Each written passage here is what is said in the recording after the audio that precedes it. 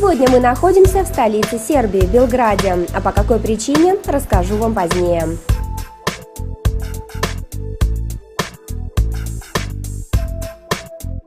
Белград – это крупнейший город страны с населением более 1 миллиона жителей. Фактически, граница Балканского полуострова и Центральной Европы проходит именно в Белграде. Крупный экономический, промышленный и культурный центр Сербии, город располагается у впадения реки Савы в Дунай. В бурном прошлом Белград пережил множество войн. Около 40 раз он отстраивался заново. Древние стены города повидали кельтов, римлян, готов, франков, славян и турок. Город активно развивается, превращаясь в одно из самых привлекательных для инвесторов мест в Европе. После проведения демократических реформ город привлек более 3,5 миллиардов иностранных инвестиций. В основном в банковский сектор, розничную торговлю, телекоммуникационный сектор. Сегодня здесь находятся международные компании. И лучшим подтверждением бизнес-потенциала была награда «Город будущего в Южной Европе», присужденная в 2006 году FDI Magazine. Сербия славится своими спортсменами. Все любители спорта знают, что лучшие ракетки большого тенниса можно найти именно здесь.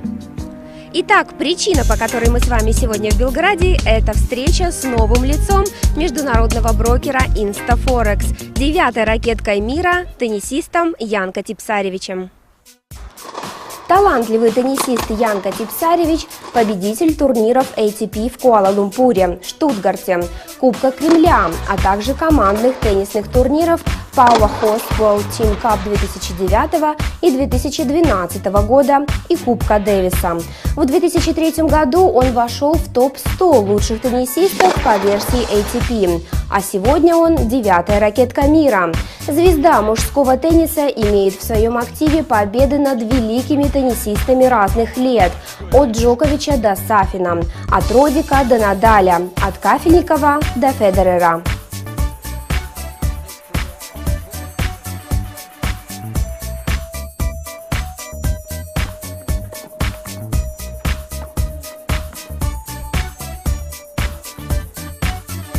Hello, Янко. Hello. First and foremost, I'd like to mention that for all ИнстаФорекс team, it's such an honor that a member of the regular elite top 10 in tennis is the face of our company. Thank you very much. It's a big honor for me as well. In my past, I was mainly dealing with companies who are involved into tennis and sports in general. So for me, just to be picked by you guys, such a international and multinational company and a big conglomerate in terms of financial business, is a very fresh and interesting step for me. I'm very excited about it. Янко, in 2001 you win the Australian Open Juniors, so you became the first-ranked racket, and after that the way to the adult ATP appeared very fierce for you. So how do you manage to pass this thorny way? For me, it wasn't all flowers and roses after my junior career. I was the world #1 under 18, winning the Australian Open. And at that time I was playing with only a handful of players, so I was adjusted and used to winning. But suddenly when you compete on the ATP tour, you don't play against boys anymore, you play against men, and you're losing. It's normal. Every, fresh start is difficult, so it wasn't going really uphill for me.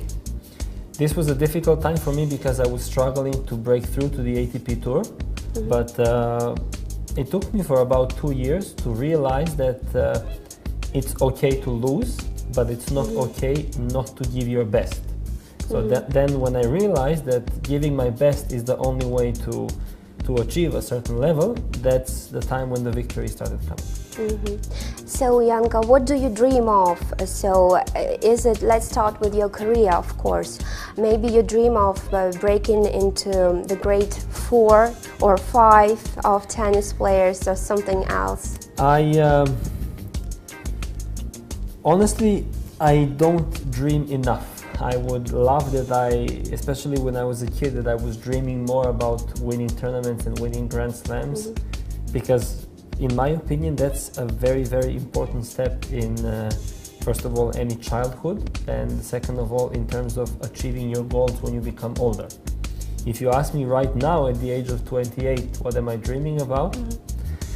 I would have to say that I dream that before I stop playing, I win a Grand Slam event. This would be a dream come true for me. Any Grand Slam would do. Have you ever thought of an occupation except tennis? Maybe what will you do after your tennis career ends? Tennis, well, by that time, we're talking about the time when I stopped playing, hopefully rather later than sooner. Tennis is and will be at that point a big part of my life. So I don't see myself being completely excluded from that part of my life. But on the other hand, I don't see myself being committed to the sport 100%, let's say being a traveling coach or something like that. I feel that, I think that at that point, this chapter of my life would be finished, and I will probably take another project, which I don't know what is going to be in 5, 6, 7, 10 years. I don't know whenever I stop. But I have a feeling that tennis will be a part of my life one way or another. You have a reputation of a tennis philosopher, as you are fond of many great thinkers like Dostoevsky, Nietzsche, Schopenhauer. So could you please tell me the phrase that most characterizes your current state of mind, maybe your motto?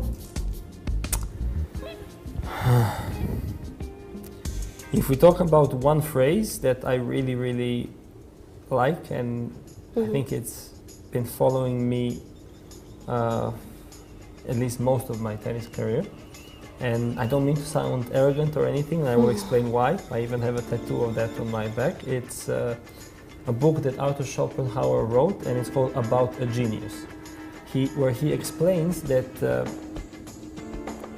a genius can be, I'm not saying everybody, but almost everybody. He's saying that you need to have an idea, what do you want to do, and then unwillingly, because in his opinion the will controls the human spirit and the human well-being, if you put this idea over your will for a certain period of time without being aware that you're doing so, you're becoming a genius for a very short amount of time.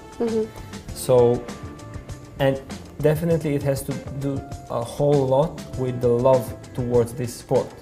So very often we have this idea and these dreams of becoming something bigger, something greater than we currently are, and not thinking about it, we put this idea over our will, what do we want to do. And I have a feeling that I think that this is a magical phrase, and it's been helping me ever since. It often happens that a tennis match results unpredictably, so either it is a win, victory, so either a loss, which was unpredicted. So how do you manage to cope with this, with your emotions? The beauty of this sport, and I guess one of the main reasons why tennis is so popular worldwide, is that it's really unpredictable. You generally don't know until the very last moment who is going to win the match. Of course, it happens when one guy is way better. You can see where the course of the match is going to finish. But when top players are playing, generally you don't know what is going to happen until the very last moment of the match. And I guess this is the beauty of the sport. I try to look at it. Why does this happen?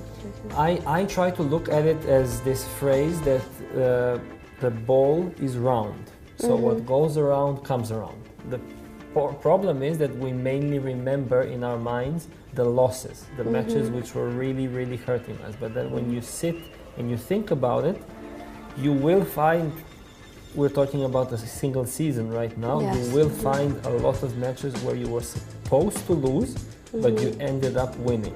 And you kind of stop thinking about that because you think it's normal. But the ones you had a chance to win and you lost, this is what really, really makes you suffer. In general, as I said, I'm thinking about it that the ball is round and what goes around eventually comes around. What would you recommend to the young tennis players who are just starting their careers?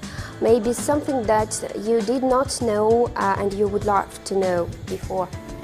The biggest piece of advice that I could give them is that first of all, they need to be 110% sure that they want to live this kind of life. Because if you commit, you need to be ready that it's not easy, as nothing is in life. But in one way, it's a tough life because we live in hotels. We travel all around the world, like we call it like a traveling white circus, going around and entertaining people all over the planet. But on the other hand, it's nice because if you reach a certain level and if you're good enough, you're traveling to the most beautiful places where you would normally not have a chance to see if you were living a regular life. And the second piece of advice is that if they are ready to commit and if they decide that this is their calling, that this is the thing that they want to do until, well, the end of their careers, they need to make every day count. This is one of the most famous sentences I ever read. It's like a sports motivational quote from Muhammad Ali, who said, "Do not count the days, make the days count," which is so true.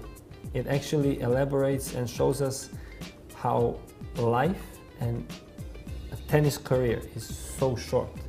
And if you don't make your days count, you're not going to get where you want to be. So use every single day you have to improve yourself and improve your tennis game. This is the two pieces of advice that I can give.